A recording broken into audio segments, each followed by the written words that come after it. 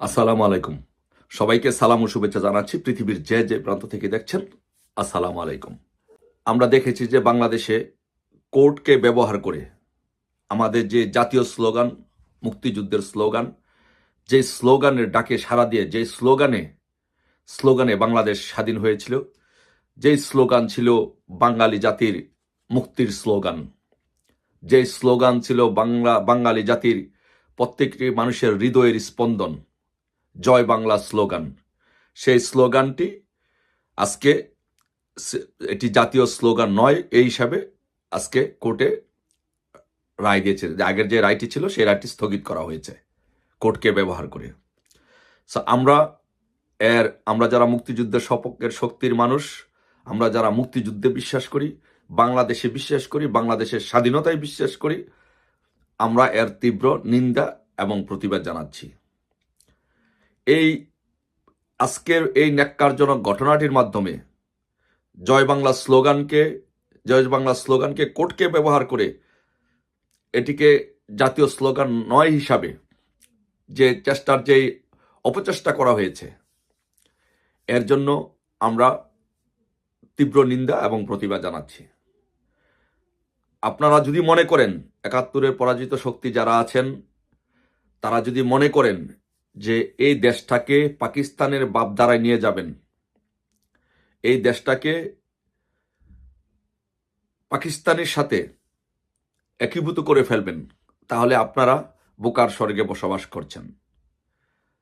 এই বাঙালি জাতি ৩০ লক্ষ শহীদের রক্তের বিনিময়ে, ২ লক্ষ মা বোনের ইজ্জতের বিনিময়ে এই জাতি আমরা স্বাধীন হয়েছি।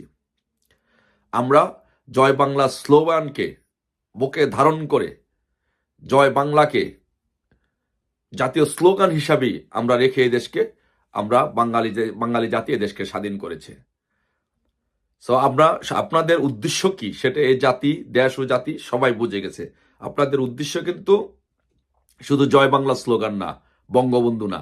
আপনাদের উদ্দেশ্য হচ্ছে এই দেশটাকে পাকিস্তানের জামাত ইসলামের যে চিন্তা ছিল যে পাকিস্তানের অখণ্ডতায় বিশ্বাসী, সেই চিন্তায়, সেই ভাবধারায় আপনারা বাংলাদেশটাকে নিয়ে যেতে চান, বাংলাদেশটাকে আবার সেই জায়গায় নিয়ে যেতে চান। তাই আমরা কি দেখেছি? আমরা দেখেছি ১৯৭৫ সালের পরে, বঙ্গবন্ধুকে হত্যার পরে যেভাবে একটি মৌলবাদী গোষ্ঠী মাথাচাড়া দিয়ে উঠেছিল, একই ভাবধারার লোক আইএস এবং মৌলবাদী এবং তালেবানি গোষ্ঠী আজকে বাংলাদেশে মাথাচাড়া দিয়ে উঠেছে। তারা বাংলাদেশের স্বাধীনতার সার্বভৌমত্ব এবং অসাম্প্রদায়িক চেতনার রাজনীতি বিশ্বাস করে না। তারা মূলত যেটি চাচ্ছে যে বাংলাদেশে একটি তালেবানি রাষ্ট্রের মতো, তালেবানি কায়দায় একটি বাংলাদেশে একটি রাষ্ট্র পরিচালনা করতে। তাই আমি দেশবাসী, যারা সচেতন নাগরিক সমাজ আছেন, প্রত্যেক ছাত্র সমাজ এবং ছাত্র জনতা প্রত্যেকের কাছে অনুরোধ করব, আমরা যদি এখনই সবাই সচেতন না হই, সজাগ না হই, আমরা যদি এখনই এই অপশক্তিকে যদি রুখে দিতে না পারি, তাহলে আমাদের বাংলাদেশ অচিরেই কোনো তালেবানি রাষ্ট্রের মতো কোনো রাষ্ট্রে পরিণত হবে। যার ফল, একটি কথা আছে, যদি নগরে যদি আগুন লাগে তাহলে দেবালয় রক্ষা পায় না। দেশ যখন পুড়বে তখন আপনারা কেউই রক্ষা পাবেন না। তাই আপনাদেরও দায়িত্ব, প্রত্যেকটি এদেশের প্রত্যেকটি নাগরিকের, প্রত্যেকটি মানুষের দায়িত্ব হচ্ছে, দেশ যখন ডিরেল হয় তখন সবাইকে কাজ করতে হবে, একযোগে কাজ করতে হবে, সবাইকে একসাথে কাজ করে দেশকে রক্ষা করতে হবে, দেশের জন্য কাজ করতে হবে। আজকে আপনারা যদি লক্ষ্য করেন, গতকালকে দেখেন যে বাশার আল আসাদের পরাজয়ের পর বাংলাদেশে আইএস এর পতাকা নিয়ে ঢাকা শহরে কিন্তু মিছিল হয়েছে, আইএস এর পতাকা কিন্তু উড়িয়েছে ঢাকা শহরে। আপনাদের এই বিষয়গুলো চিন্তা করতে হবে সচেতন নাগরিক সমাজের। বাংলাদেশের যে যদি এই বাংলাদেশটা যদি ধ্বংস হয়, এই বাংলাদেশটা যদি বিপদগামী হয়, তাহলে আপনারা কিন্তু কেউ রক্ষা পাবেন না, আপনার পরিবার, সন্তান কেউ রক্ষা পাবে না। কারণ বাংলাদেশটা এখন যেদিকে যাচ্ছে, আপনারা দেখেন ৭ই মার্চ, মুক্তিযুদ্ধের চেতনা, জয় বাংলা, মুক্তিযুদ্ধ, এগুলো বঙ্গবন্ধু সব কিন্তু মুছে দেওয়ার একটা পরিকল্পনা হচ্ছে। ৩২ নম্বরে আগুন দিয়ে পুড়িয়ে দেওয়া হচ্ছে। তার মানে কি? মুক্তিযুদ্ধ ওদের বুকে আগুন দেয়, জয় বাংলা স্লোগান ওদের বুকে আগুন দেয়, বঙ্গবন্ধু ওদের বুকে আগুন দেয়, মুক্তিযুদ্ধের চেতনা ওদের বুকে আগুন দেয়, কারণ ওরা পাকিস্তানের অখণ্ডতা বিশ্বাস করে।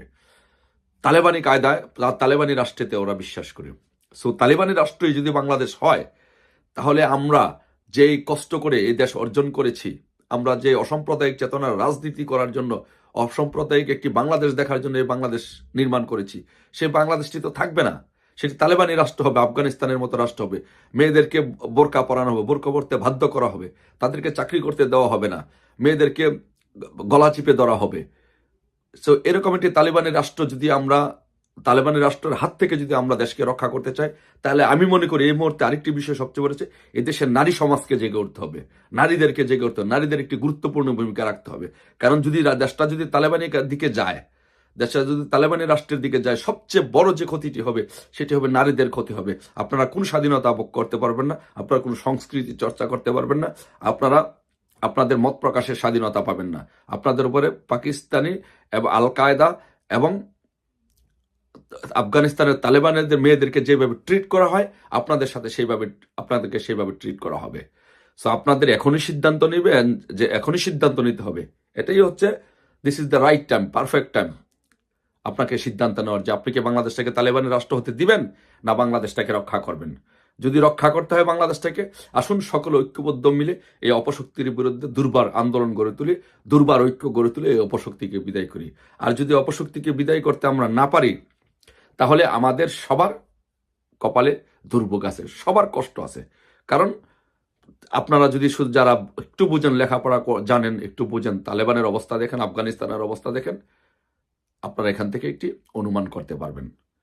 সো তাই আশা করি সকলে মিলে আমরা ঐক্যবদ্ধভাবে আমাদের বাংলাদেশটাকে তালেবানি রাষ্ট্র হওয়া থেকে রক্ষা করব। এই অশুভ শক্তিকে, ইনুস বেসিক্যালি একটা প্রতীক। সে তার রাষ্ট্র ক্ষমতা দখল করার জন্য, রাষ্ট্রের ক্ষমতা টিকে থাকার জন্য এবং সারা বিশ্বের সামাজিক ব্যবসা করার জন্য বাংলাদেশ থেকে শুধু টাকা পাচার করবে। একটা সময় সে বাংলাদেশ থেকে চলে যাবে। সে বাংলাদেশে কখনো ছিল না, বেশি দিন সে থাকবেও না। কিন্তু এই বাংলাদেশটা যদি তালেবানি রাষ্ট্র হয়ে যায়, বাংলাদেশটা যদি ধ্বংস হয়ে যায়, আপনার আমার কি হবে, আপনার পরিবারের কি হবে, আমার পরিবারের কি হবে, আমাদের সন্তানদের কি হবে? সো এই কথাটি আমাদের মাথার মধ্যে রাখতে হবে, চিন্তা করতে হবে। যে কয়জন উপদেষ্টা আছে, ওরা তো মিডল ইস্টে পড়তে যাওয়ার যোগ্যতা ছিল কিনা, বা কোনো রাষ্ট্রে পড়াশোনা করতে যাওয়ার যোগ্যতা ছিল কিনা সেটা আমি জানি না। বাট এখন তো তারা সবাই পাসপোর্ট পেয়ে গেছে, সবাই বিদেশে যাওয়ার সুযোগ সুবিধা করেছে, ওরা সেই সুযোগ সুবিধাগুলো নিয়ে নিয়েছে। যখন ওরা বাংলাদেশে যখন কোনো ক্রাইসিস হবে, ওরা চলে যাবে, ওরা তো সবাই চলে যাবে। ইউনুস তো অলরেডি বাংলাদেশি না, উনি চলে যাবে, বাকি সবাইকে নিয়ে চলে যাবে। তো আপনাদের কি হবে, আমাদের কি হবে, আমাদের সন্তানদের কি হবে, সে চিন্তাটা কিন্তু আমাদের এখনই করতে হবে।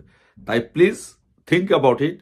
আপনারা এই বিষয়টি নিয়ে চিন্তা করেন এবং ঐক্যবদ্ধভাবে আন্দোলন গড়ে তোলেন, সকলে একটি জাতীয় ঐক্য গড়ে তোলেন এই অপশক্তির বিরুদ্ধে। আসুন আমরা সকল মুক্তিযুদ্ধের সপক্ষের শক্তি মিলে একটি জাতীয় ঐক্য গড়ে তুলি। আবারও সেই ৭১ সালের মতো সেই জয় বাংলা স্লোগানে সবাই জেগে উঠি, জয় বাংলা, জয় বঙ্গবন্ধু। জামাত শিবির রাজাকার, এই মুহূর্তে বাংলা ছাড়। ৭১-এর হাতিয়ার গর্জে উঠুক আরেকবার।